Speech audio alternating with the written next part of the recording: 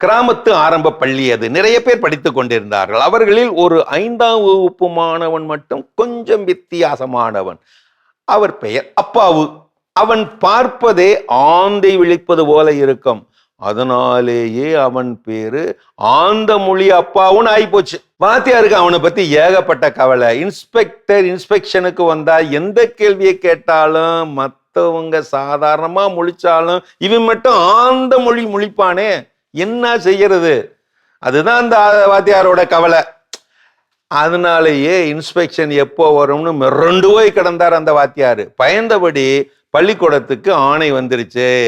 வர்ற திங்கட்கிழமை school inspection. ஆடி போயிட்டாரு வாத்தியாரு, பீதியாகி போயிட்டாரு வாத்தியாரு.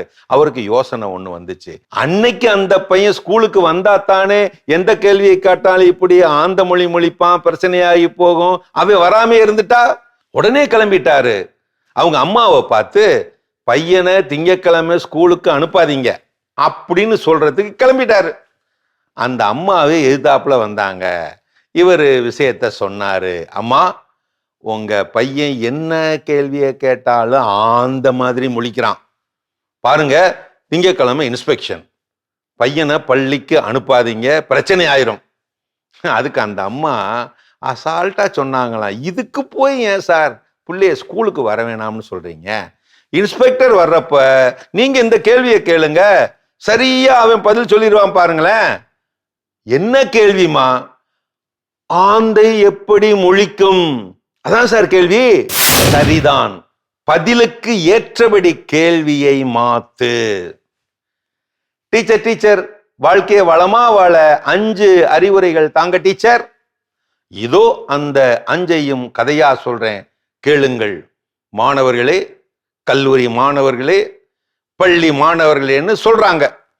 ஒரு கிராமத்தில் மழை வரம் வேண்டி எல்லோரும் சேர்ந்து இறைவேண்டல் செய்ய கூடினார்கள். அதிலே ஒரே ஒரு மாணவன் மட்டும் குடையை எடுத்து வந்தான். இதுக்கு பேர் தான் ஃபெய்த், விசுவாசம். குழந்தையை மேலே தூக்கி போட்டு விளையாடினார் அப்பா. மேலிருந்து கீழே விழும்போது சிரித்தபடியே விழுந்தது குழந்தை. இதற்கு பெயர்தான் ட்ரஸ்ட், நம்பிக்கை. நாளை நாம் உயிரோடு இருப்போம் என்கின்ற எந்த உத்தரவாதமும் இல்லை. இருந்தாலும் ஒவ்வொரு நாளும் படுக்க போகும் முன் அலாரம் வைத்து விட்டு படுக்க போகிறோம். அதற்கு பெயர்தான் ஹோப், நம்பகத்தன்மை. நடப்பது எதுவும் கையில் இல்லை என்று தெரிந்தும் எதிர்கால திட்டம் வகுக்கிறோம். அதற்கு பெயர்தான் கான்பிடன்ஸ், மனத்திடம். உலகமே கஷ்டப்படுவதை தினம் பார்த்து வருகிறோம். அது போலவே நாமும் கஷ்டப்படுவோம் என்று அறிந்திருந்த போதிலும் நாம் திருமணம் செய்து கொள்ளுகிறோம். அதற்கு பேர்தான் ஓவர் கான்பிடன்ஸ், மிதமீறிய மனதிடம்.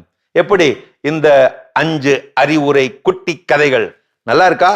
டேய், முட்டாளுக்கும் அடிமுட்டாளுக்கும் என்னடா வித்தியாசம் சொல்றா அப்படின்னு வாத்தியாரு கேட்க, இப்படி பதில் சொல்லி ஏகத்துக்கு அடி வாங்கினானா ஒருத்தன். சார், நாங்க எல்லாம் அடி வாங்கினதுனால முட்டாள் சார், எல்லாத்தையும் அடிக்கிறதுனால நீங்க அடிமுட்டாள் சார். இதுதான் சார் முட்டாளுக்கும் அடிமுட்டாளுக்கும் உள்ள வித்தியாசம். ஆம், அடிப்பது மட்டும் முட்டாள்தனம் அல்ல, அடிக்க கை ஓங்கினாலே முட்டாள்தனம்தான், மன உளைச்சல் ஆகிவிடும். இதுவே தற்கால பள்ளி போதனா உளவியல் நிலவரங்கள்.